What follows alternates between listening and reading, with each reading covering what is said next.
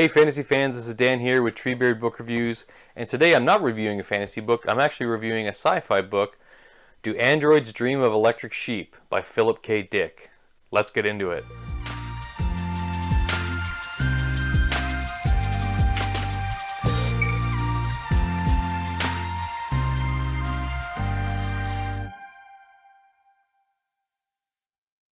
Alright guys, so welcome back. First thing I want to say is if you like the videos I'm making and you want to continue to support my channel, please like, comment, and subscribe. You can also hit that bell notification to be notified of any upcoming videos I have. And so I'm really excited today to talk about Do Androids Dream of Electric Sheep. So this book was one of the first books on my TBR for the month of October, which I'll have a link to up here. And it's a really short book. So as a typical review, I'm going to be, giving a synopsis of the book, things I liked, things I didn't like, and what my overall rating is whether you should read it. Okay, so let's go into the plot for Do Androids Dream of Electric Sheep. So you guys may also know this by the name Bladerunner. Bladerunner is a great movie. So the plot. The plot of this book is it's essentially if you've seen the movie, it's loosely based. The movie's loosely based on this work by Phillip K. where you're following this main character Rick Deckard, who is a bounty hunter. In the movie, he's known as a Blade Runner, who they're hunting replicants, but in this they're called Andes or androids. So this book is set in 2021. And all the events of the book take place in a 24-hour period, where Deckard is sent to kill or retire 6 Nexus 6 androids.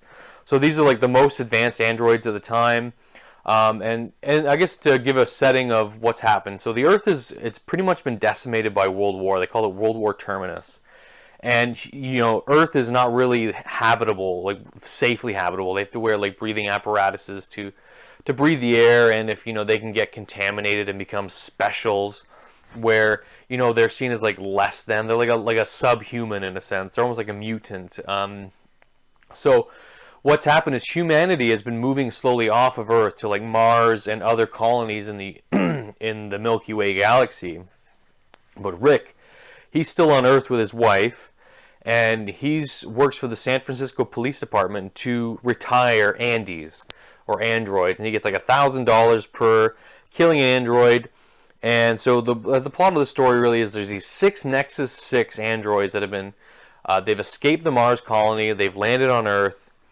One has attacked another bounty hunter that's in the same police force as Deckard, and he's now going on a mission to retire these 6 androids. And so that's really essentially the plot. So it's a lot like the movie again. But let's get into the things I liked about Do Androids Dream of Electric Sheep.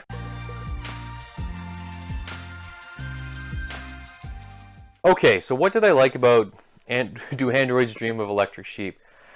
This one was rough, guys. I'm not going to lie. This was first I will say it's a really easy read. It's actually quite simple to read.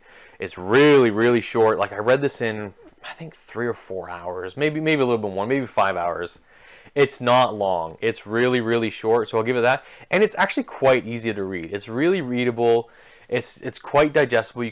I flew through it quite quick, so the language, the prose is actually quite good in it. Okay, so some more good things I want to talk about.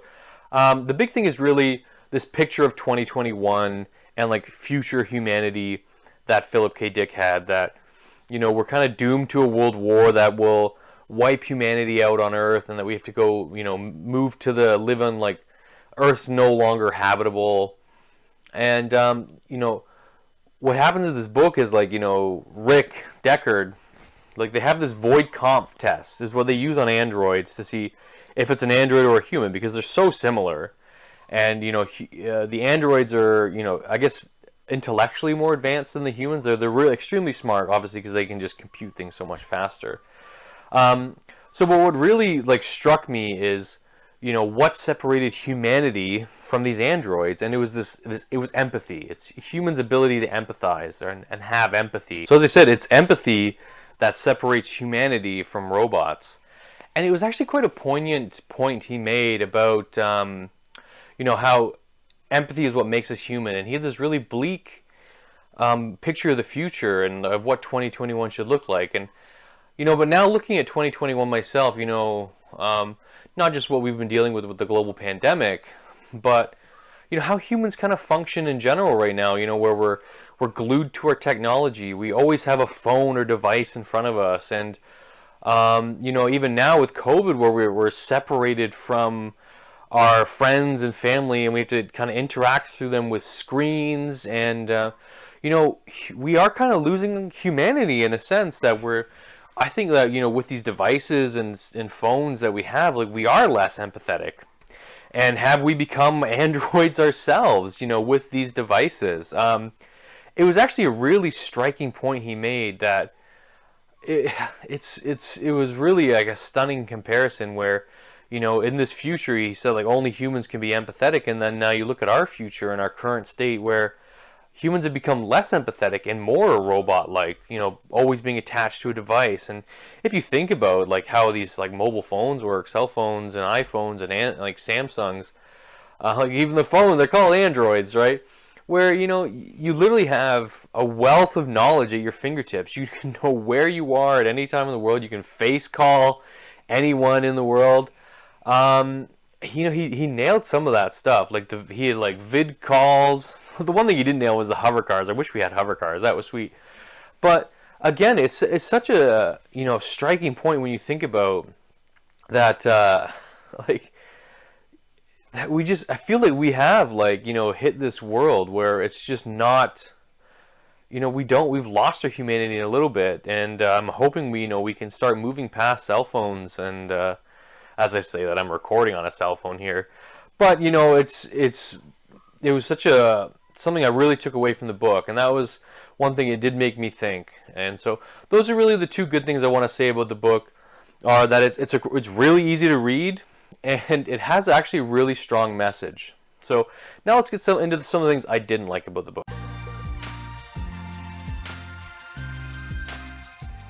Okay, so what didn't I like about the book? Oh my god. There's a few things I really didn't like about the book. So it said everything happened within a 24-hour period. So everything happens so bloody fast. So in a sense one of the big plot things is that, since the Earth is no longer habitable, a lot of animals have become extinct, right? So owning an animal in this universe, in this world, is a status symbol, right? So Rick Deckard, he used to own a biological sheep, and then his sheep died. And so he went and bought an electric sheep, and he's really upset with his life that he has an electric sheep, right? So he's kind of jealous of his neighbor who has a horse, and he's always he's always looking for like a newer animal because he wants to it's a status symbol, right? Like owning a car, or having the iPhone 13 nowadays. He just wants a biological living animal instead of a fake electric one. And I just hated that. I just really didn't like that, because everywhere he went, he was always asking about like, how much is that animal? No, it's too much. I'm not gonna pay that. Like, it was just so weird. It was like I just did not like. It pulled me out of the story every time. And eventually, I'm gonna spoil this because it's an old book, and I'm gonna spoil it. So, he eventually gets a goat, and it's just like he's like, I love the goat. The goat's like brings him out of his depression after killing like 3 of the androids, and it's just like, it was so cringy. I don't know, I just hated it. I hated that subplot where he's looking for a goat or an animal. Like, first it was like an owl, and then owls are extinct, and I hated that part. It was so dumb. I thought it was stupid, to be totally frank. So and then just going on with some of the characters, like the character of Deckard, like, he's not a good character. He's a jerk. Like, he's like this like emotionless person. He's like telling his wife to dial in her emotions. They have this machine, like an empath machine, where they literally like punch in numbers, and it like sets their emotional level for whatever based on the number they punch in. And it was so dumb. Like, I just hated Rick Deckard as a character. Like, I'm going to press, like, this is one of the instances, it's very rare for me, where the movie is better than the book. So I have Blade Runner here, I'm gonna watch it tonight again. This movie is better than the book. Okay, guys, so I'm gonna interrupt myself here. You know, I went back and I watched Blade Runner last night. I'm really glad I did, and you know, watching it right after reading the book was such a good idea. And you know, I really see the direction now that Ridley Scott went with his version of, you know, Blade Runner. And like he cut out all this stuff that I just thought was such an unnecessary part and like a criticism of the book, like you know the stuff with Mercer and Mercerism, and just all like the obsession with pets and stuff like that. I'm sorry, this is gonna be a little wobbly because I'm just gonna be filming on my phone here, but I needed to add it and get my feedback on the movie. Love the movie. The movie's so good. Harrison Ford does a great job of bringing Rick Deckard to the screen and making him a likable character. And you know, I love the direction that Ridley Scott went with, you know, making the relationship between Deckard and Rachel rather than her just being this cold, emotionless robot in the book.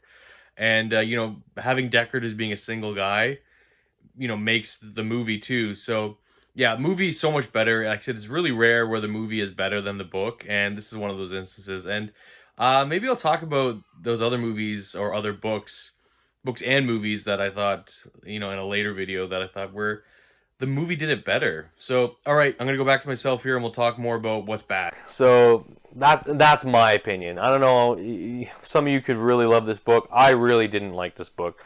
It had too many negatives for me. I hated Rick Deckard as a character. He was just a jerk. Like he cheated on his wife with an android. Just for the shit of it, because he's like, oh, you know, like he slept with Rachel Rosen, like this android he'd met. But she was like she was out seducing all the bounty hunters anyways and sleeping with them because her sleeping with them, they would make an empathetic connection with them or with her, and then they wouldn't want to kill any more androids.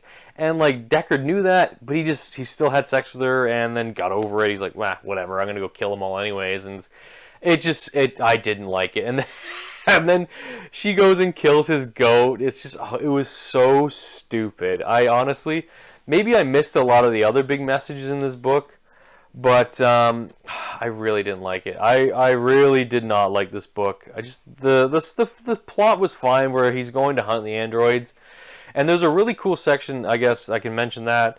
That other thing was good where, you know, it kind of flipped around on Deckard where he got captured, and then like they're making him out he's an android and he's like freaking out and stuff like that. So that was kind of cool, but it didn't last long. And yeah, so just I guess I want to get to my rating of this book.